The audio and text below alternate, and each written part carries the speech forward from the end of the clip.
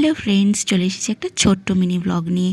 তো আজকে ছিল বাপের বাড়ি আসার কথা, তো সেই অনুযায়ী ভাই নিয়ে চলে এসেছে আমাকে বাপের বাড়িতে। তো বাপের বাড়ি আসতে না আসতে দিদুর কাণ্ড দেখো।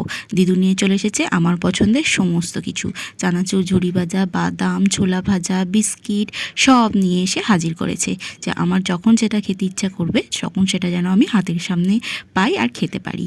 এই যে দেখো, এখানে ভাই এসে একটুখানি খেলছে, আর এই হচ্ছে আমার ঘর, সুইট হোম যাকে বলে, এখানেই বড় হওয়া।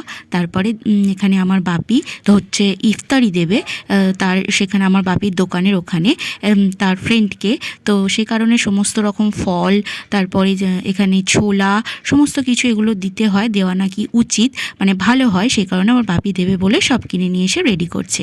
আর এখানে দেখো এই পুচকেটা মানে বুনু কি সুন্দর করে খেলছে আমার সাথে, এসেই বলছে আমি খেলবো, দিদি তুমি যাবে না, দিদি তুমি থাকবে, এরকম করছে।